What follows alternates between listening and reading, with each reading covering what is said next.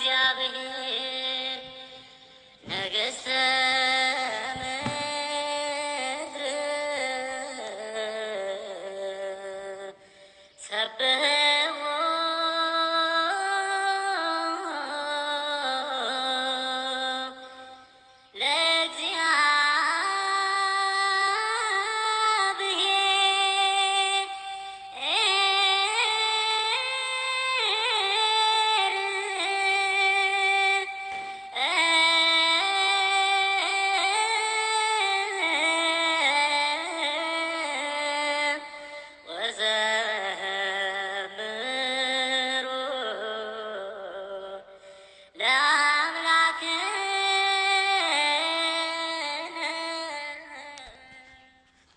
በስመ አብ ወወልድ ወመንፈስ ቅዱስ አሃዱ አምላክ አሜን።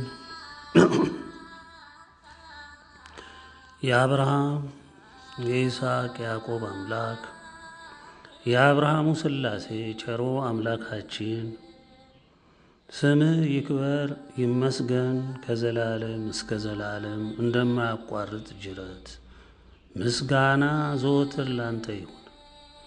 ቸሩ መድኃኔ ዓለም መድኃኒታችን ኢየሱስ ክርስቶስ ስምህ ይክበር ይመስገን ከዘላለም እስከ ዘላለም እንደማያቋርጥ ጅረት ምስጋና ዘወትር ላንተ ይሁን። እናታችን ድንግል እምዬ በሰማይም ንግሥት በምድርም ንግሥት ቅድስተ ቅዱሳን ድንግል ስምሽ ይክበር ይመስገን ከዘላለም እስከ ዘላለም እንደማያቋርጥ ጅረት ምስጋና ላንቺም ይሁን። ቅዱሳን ሊቃነ መላእክት በአብርሃሙ ሥላሴ በክብሩ ፊት የከበራችሁ የፈቃዱ የትእዛዙ ፈጻሚዎችና አስፈጻሚዎች የእኛም አማላጆች ጠባቂዎችና ተራዳኢዎቻችን ስማችሁ ይክበር ይመስገን ከዘላለም እስከ ዘላለም። ቅዱሳን አባቶቻችን እናቶቻችን፣ ሰማዕታት አባቶቻችን እናቶቻችን ሁላችሁም ስማችሁ ይክበር ይመስገን ከዘላለም እስከ ዘላለም አሜን። ወገኖቼ የኢትዮጵያ ዓለም ብርሃን እንቁ ቤተሰቦች የታመናችሁ የጸናችሁ ከማስመሰል የራቃችሁ ከእምነታችሁ ያልጎደላችሁ ቤተሰቦቼ እንዲሁም ቅን የዋህ ትሑት የሆናችሁ ሁላችሁም የእግዚአብሔርም የድንግልም ቤተሰቦች እንደምን ሰነበታችሁ? የአብርሃሙ ሥላሴ ድንግል እናቴ የተመሰገኑ ይሁኑና እኛ ደካማ ምናምንቴ የተናቅን ወንድሞቻችሁና ቀዳማይ እረኞች ሳይገባን የተባለን በእግዚአብሔር ቸርነትና ጸጋና ጥበቃ ደህና ነን። ስሙ ይክበር ይመስገን ያምላካችን። ዛሬ በዚህ መግለጫችን የወቅቱን ሁኔታ በእምነትና በእውነት በመንፈሳዊ ዓይን እንመለከታለን። አንዳንድ ምክሮችንም ማሳሰቢያዎችንም እንዲሁም ደግሞ አንዳንድ የተግሳጽም ለሚያስፈልጋቸውም ተግሳጽን እንሰነዝራለን። ሁሉም የሚቃኙት ለሚያደምጡን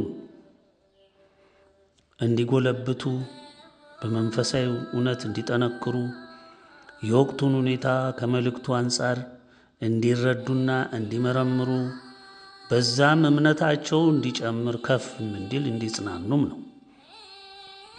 ምክንያቱም የትላንት የተነገረው ዛሬ ነፍስና ሥጋ ዘርቶ በአካል የእግዚአብሔርን ፈቃድ ለመፈጸም እንቅስቃሴዎችና የፍርድ ክንዋኔዎች ሲንቀሳቀሱ ሲፈጸሙ ጅማሮ ሲያሳዩ ምልክት ሲያሳዩ እያየን ነው። ይህ ደግሞ ለእኛ የእምነት ጥንካሬ ግብአት ይሆነናል እንጂ እኛን አያደክመንም። እኛን የሚያደክመን እንደዚህ አይነት የእግዚአብሔርን ፈቃድ ለመፈጸሙ ስንጠብቅ አንዳችን ምልክት በማይኖርበት ጊዜ ያኔ እምነታችን ይፈተናል። የታለ እናንተ አምላክ? የታለ እናንተ ትንቢቱ፣ ተስፋችሁ፣ ምናችሁ የታለ? ምን ታየ? ምን ተከናወነ?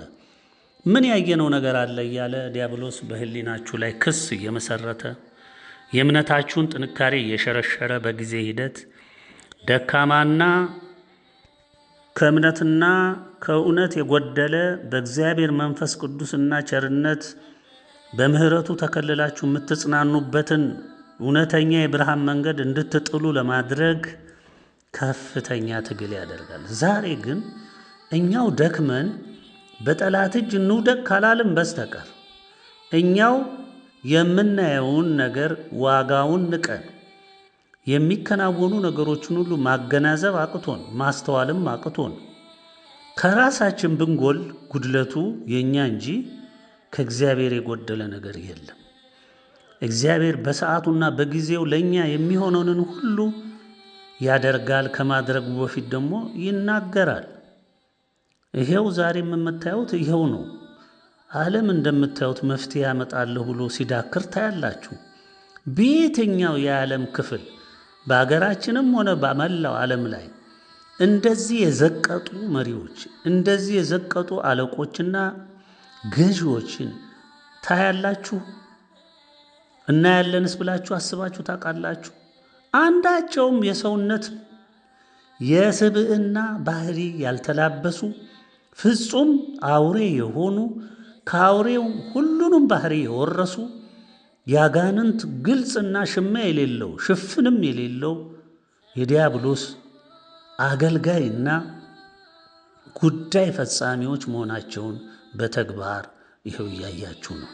የትኛውንም የዓለም መሪ የትኛውንም መንግስት እንዲህ ነው እንዲያ ነው፣ ይሄ እኮ ጥሩ ጎኑ ነው፣ ይሄ እኮ ደካማ ጎኑ ነው፣ ይሄ ደግሞ ጥሩ ጎኑ ያልሆነ ነው እያላችሁ እንኳ የምትመዝኑበት አንዳች ነገር የለም። አሁን ሙሉ በሙሉ ዓለም ውስጥ የምታዩት በሙሉ ዲያብሎስ ያሰፈራቸው፣ ዲያብሎስ የቃኛቸው፣ ሙሉ በሙሉ ህሊናቸውን የተቆጣጠራቸው የጥፋት ተልእኮ ያዘሉ ገዢዎችና አለቆች፣ ምንዝሮች እነዚህን ነው የምታዩት። ከእንደውም ከስጋ ገዢዎች የበለጠ ደግሞ በእምነት ተቋም ውስጥ የተሰገሰጉት በእኛም አገር በውጭም ያሉት በሙሉ ከራሱ ከዲያብሎስ ከቀደመው እባብ ከክፉ መንፈስ ከአውሬው የከፉ ከመምህሩ ደቀ መዝሙሩ እንደሚባለው ሁሉ መምህራቸውን ሊበልጡ የደረሱ እንደውም የበለጡ ሆነው በሰው ልጅ ታሪክ ውስጥ ያልታየ ግፍና ሰቆቃ ሲፈጽሙ ይኸው እያያችሁ ነው። እንግዲህ ወገኖቼ ዛሬ ይህ ድብቅ ስላልሆነ ሁሉም ነገር ግልጽ ስለሆነ የሚሸፈንም ነገር ስለሌለ በማስተዋል ሁሉን ነገር እንድትፈጽሙ ከእምነታችሁም እንዳትጎሉ ቀድመን ገዚህ በመግቢያችን ላይ እንመክራለን። እስቲ ወደ እግዚአብሔር ኃይለ ቃልም እንሂድና አንዳንድ ቃሎችን እናንሳ። የእግዚአብሔር ኃይለ ቃል ለኛ ዛሬ በእምነት በተስፋ ጸንተን መከራውን ታግሰን እግዚአብሔርን ብቻ ተስፋ አድርገን የቆምን እኛ ውስን የእግዚአብሔር ሕዝቦች የተናቅን፣ የተጣልን፣ የተገፋን ሁሌም በዚህ ስፍር ቁጥር በሌለው የዲያብሎስ ተስፈኛና ተጠዋሪ ትውልድ ተገፍተን ተገፍትረን ተጥለንና ተሳደን ያለን ወገኖቼ ሁሉ የእግዚአብሔር ኃይለ ቃል ለኛ መጽናኛ ይሆነን ዘንድ ይህን ይናገራል። ልብ ልትሉ ይገባል። በከንቱ የእግዚአብሔርን ኃይለ ቃል እኛ እናነሳ እግዚአብሔር ካልፈቀደ በስተቀር። ለእናንተ የምናነሳቸው የኃይለ ቃሎች በሙሉ ልብ ብላችሁ አስታውሱ። ጊዜውን የመጠኑ እግዚአብሔር ይነገሩ ዘንድ ሐሳቡም እንደሆኑ እንረዳ ዘንድ ፈቃዱ ሆኖ የሚነገሩ ኃይለ ቃሎች ናቸው እንጂ በእኛ ምኞት በእኛ ፍላጎት ብድግ ብለን የምንናገራቸው ቃሎች አይደሉም። ይሄ በአሕዛቦች በፈላስፎች በጥበባቸውና በእውቀታቸው በሚመኩ እንደፈለጋቸው በወንጌሉ በሚንቦጫረቁ በሚጫወቱበትና በሚነግዱበት ዓለም ውስጥ ያለ አሰራር ቢሆንም በእኛ ግን እግዚአብሔር መንፈስ ቅዱስ እኛን ባሮቹን ይህን ተናገሩ ብሎ በሕሊናችንም በልቡናችንም በተለያየ መንገድ ለእኛ ተናግሮን እናንተ ትሰሙት ዘንድ የሚገባውን ነው እንጂ የምናስተላልፈው እኛ ስለፈለግነው የምናስተላልፈው ነገር የለም። ስለዚህ ሁልጊዜ እኛ ከእግዚአብሔር ኃይለ ቃል ስንናገር እግዚአብሔር ፈቅዶና አስቦ ትሰሙት ዘንድ ትጽናኑበት ዘንድ ትወቀሱበት ዘንድ ትማሩበት ዘንድ ትረዱም ዘንድ ትታረሙም ዘንድ የሚያስፈልግ ስለሆነ ነው ያ ቃል የሚነገረው ተስፋችሁ እንዲለመልም እምነታችሁ እንዲበረታ የተሰጣችሁ የሚጠብቃችሁ መልካም ነገር ምን እንደሆነ የተረጋገጠ የእግዚአብሔር ተስፋ መሆኑን የተጨበጠ የማይሻር የማይለወጥ መሆኑን እንድትገነዘቡ እግዚአብሔር ስለሚፈልግ ነው። ሁልጊዜ በእኛ በደካሞች በኩል እኛ አንደበት ሆነን እሱ ደግሞ ተናጋሪ እግዚአብሔር መንፈስ ቅዱስ የፈቀደው በእኛ አንደበት የሚነገረው። ስለዚህ ከዚህ መንፈስ ተረድታችሁ ወገኖቼ በሙሉ ልብ ብላችሁ ቃሎቹን አዳምጡ። ወደ ቃሉ እንሂድ። ትንቢተ ኤርምያስ ምዕራፍ 31 ከቁጥር 1 ጀምሮ እስከ 14 ያለውን እንመለከተዋለን። በዚያን ዘመን ይላል እግዚአብሔር ለእስራኤል ወገኖች ሁሉ አምላክ እሆናችኋለሁ፣ እነርሱም ሕዝብ ይሆኑኛል። እግዚአብሔር እንዲህ ይላል፣ እስራኤል ማረፊያ ሊሻ በሄደ ጊዜ ከሰይፍ የተረፈው ሕዝብ በምድረ በዳ ሞገስ አገኘ። አያችሁ፣ ከጥፋት ሁሉ ከሚመጣው አደጋ ሁሉ ከጠረጋ ሁሉ የተረፈው ሕዝብ በምድረ በዳ ምንም በሌለበት ሁሉም አልቆ ባዶ በሆነበት ስፍራ ሞገስ አገኘ። እግዚአብሔርም ከሩቅ ተገለጠልኝ እንዲህም አለኝ ይላል ኤርምያስ። ኤርምያስ የኖረው ስንትና ስንት ዘመን ወደ ኋላ ሄዱና አስቡት። የዛሬን ግን ሁኔታ በእግዚአብሔር መንፈስ ቅዱስ ተሞልቶ ይህን ይነግረናል፣ ለእኛ መጽናኛ እንዲሆነ።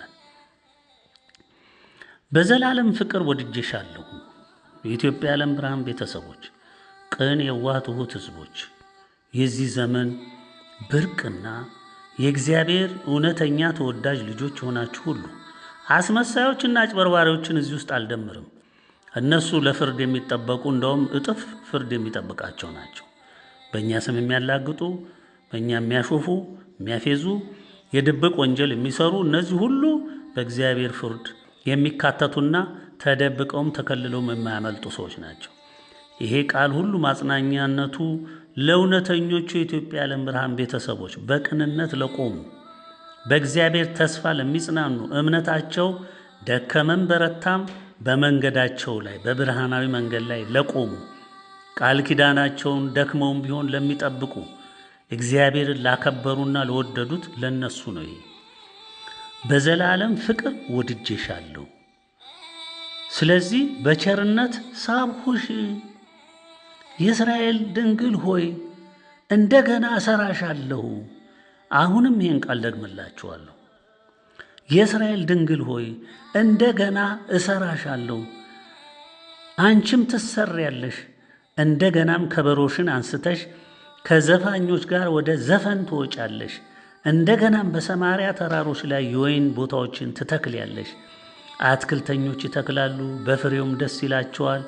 በኤፍሬምም ተራሮች ላይ ያሉ ጠባቆች ተነሱ፣ ወደ ጽዮን ወደ አምላካችን ወደ እግዚአብሔር እንውጣ ብለው የሚጮሁበት ቀን ይመጣልና። እግዚአብሔር እንዲህ ይላልና፣ ስለ ያዕቆብ ደስ ይበላችሁ፣ ስለ አሕዛብም አለቆች እልል በሉ፣ አውሩ፣ አመስግኑ።